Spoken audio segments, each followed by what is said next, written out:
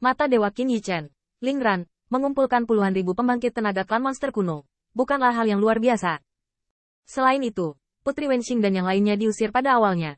Dapat dilihat bahwa ras monster kuno memiliki peluang besar untuk menelan sumber dupa itu. Dengan pertempuran besar seperti itu, Qin Yichen semakin percaya bahwa pasti ada peluang yang menghancurkan dunia di akhir aroma itu. Selain itu, ras monster kuno mungkin telah membuat langkah pertama, tetapi karena alasan yang tidak diketahui, mereka belum berhasil. Memikirkan hal ini, mata Qin Yichen berkedip. Senior Lei, tetap hidup. Mungkin monster ini tahu tentang aroma itu. Lei Qiu meledak, mengetahui bahwa puluhan ribu monster ini tersebar dan melarikan diri, dan tidak mungkin untuk menyimpan terlalu banyak, jadi dia pergi ke Golden Crow Hoenn dengan seluruh kekuatannya. Sosok Lei Qiu bergerak, dan Lei Ying terus bersinar, tetapi cahaya kemasan di alis Jinwu Hoenn semakin redup. Dia sama sekali bukan lawan Lei Qiu. Anda harus tahu bahwa Lei Qiu menghadapinya, tetapi permaisuri, Xie Fei Yang, dan kekuatan besar klan Manhua, dan Jinwu Haobo, hanya ada satu orang. Tapi ada monster kuat lainnya yang ingin datang untuk menyelamatkan. Kekuatan mereka tidak kalah dengan yang ada di Heavenly Court seperti Fan Wanao, dan mereka juga memiliki cara yang kejam. Namun, ketika mereka merasa bahwa lingkungan Qin Yichen tampaknya memicu lautan kemarahan, mereka tidak bisa membantu tetapi mengguncang tubuh mereka.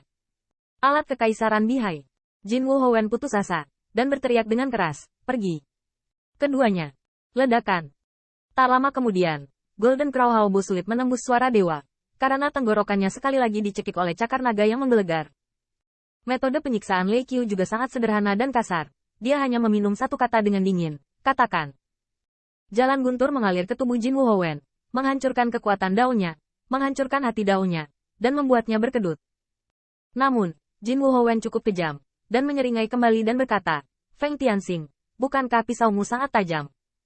Ketika bertemu dengan dewa, bunuh dewa, temui iblis dan bunuh iblis. Mengapa sekarang tajam? Seolah-olah Jinwu Hoenn sudah mati. Dia tidak akan mengatakan sepatah kata pun. Bagaimanapun, apakah Qin Yichen akan melepaskan dirinya sendiri adalah satu hal. Naga petir bawaan ini tidak akan pernah hidup. Mulutnya cukup keras. Lei Qiu mencibir, dan tiba-tiba seberkas cahaya guntur ungu diambil oleh ujung jarinya. Cahaya guntur membuat orang gemetar. Bahkan jika Jinwu Hoenn melihatnya, dia tidak bisa menahan rasa takut. Namun tak lama kemudian, ia melihat sekujur tubuh Golden Crow Hoenn berkedut, dan darah kemasan dan panas mengalir keluar dari 7 lubang. Adegan ini menyebabkan wajah Lei Qiu berubah tiba-tiba. Bajingan kecil ini, benar-benar cukup kaku, bahkan langsung menghancurkan kepalanya sendiri dengan kekuatan supernatural dan menghancurkan vitalitasnya. Sudut mulut Jinwu Hoenn berdarah, tetapi sudut mulutnya terangkat dengan keras, yang bahkan lebih menakutkan dan suram. Saat ini, dia hanya menggantung. Ingin menahan jiwaku? Bermimpi. Sudah kubilang. Kesempatan ini milik ras monster kuno kita. Lihatlah kalian para dewa dan iblis, masing-masing dikam dan intrik kalian sendiri. Apa yang bisa kalian lawan dengan kami? Dan naga petir bawaanmu. Bukankah mereka memberitahumu apa klan naga yang sebenarnya sekarang? Itu seekor tikus yang menyeberang jalan. Ketika para dewa dan iblis melihatnya, berteriak dan bunuh. Pernahkah kamu melihat ras manusia itu? Ya, itu adalah pemborosan istana Yan Huang. Ketika kamu pergi dari sini, kamu akan menemukan ras manusia lain yang tak terhitung jumlahnya lebih boros daripada dia. Jinwu Hoenn tersenyum marah, tapi kurasa kau tidak akan melihat binatang murahan itu. Karena saat kau keluar dari Liklot Market, kau akan mencoba untuk melihat apakah dewa dan iblis akan mentolerirmu. Dan istana kaisar, kau semakin berani. Kolusi dengan umat manusia tidak dihitung, tapi kau berani berkolusi dengan naga asli. Aku dimakamkan dengan naga petir bawaan, tapi itu bukan kerugian. Mendengar ledakan keras, Golden Crow Hoenn di depannya menunjukkan kepala Golden Crow, tetapi dia meledak menjadi daging dan darah. Setan kecil.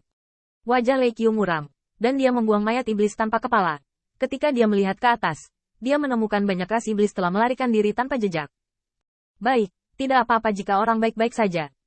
Qin Yichen melihat mayat Jinwu Hoenn dan tidak bisa menahan nafas. Tetapi setelah beberapa saat tidak berhasil, Feng Jiuman dan pembangkit tenaga listrik klan Dike juga kembali. Kong Wu dengan cepat melangkah maju. Saudara Feng, kamu baik-baik saja? Feng Jiuman mendengus 2 kali. Monster-monster itu hanya karena jumlah orang. Tidak benar, terlalu banyak monster. Putri Wenqing melirik Qin Yichen dengan miring. Dia ingin kesal jika dia merasa cukup. Tetapi ketika kata-kata itu keluar dari bibirnya, dia berkata, kenapa kamu menyelamatkanku setiap saat? Kapan aku bisa menyelamatkanmu? Qin Yichen tersenyum. Anda berharap untuk jatuh ke dalam bahaya bagi suami Anda. Lei Qiu sedang melihat ke arah Putri Wenqing. Dan setelah hening beberapa saat, dia berkata, Yah, siapapun yang memimpikannya sebuah klan kecil tahun itu telah berkembang ke tingkat seperti itu. Ras ini, hampir tidak pantas di atas angin. Penampilan kuno Lei Qiu seperti postur sesepuh memilih istri untuk generasi yang lebih muda. Bagi Lei Qiu, dia benar-benar berpikir begitu. Sekarang tampaknya naga sejati hanya dia dan Qin Yichen. Tentu saja dia untuk mendukung para tetua. Tanggung jawab. Dan yang jelas, Lei Qiu masih mengusung kebanggaan klan naga sejati. Meski rasnya tak lagi cemerlang, hal itu tak memengaruhi permintaan klannya untuk separuh lainnya. Tapi Putri Wenxing sangat marah sehingga dia mengertakkan giginya. Apa arti naga petir ini? Apa artinya menjadi orang tua? Apalagi yang hampir tidak layak? Bukankah karena kayu itu beruntung menikahi dirinya sendiri? Ini juga benar. Qin Yichen menikahinya. Itu adalah pernikahan yang diberikan oleh Kaisar. Dan tidak berlebihan untuk mengatakan bahwa itu beruntung.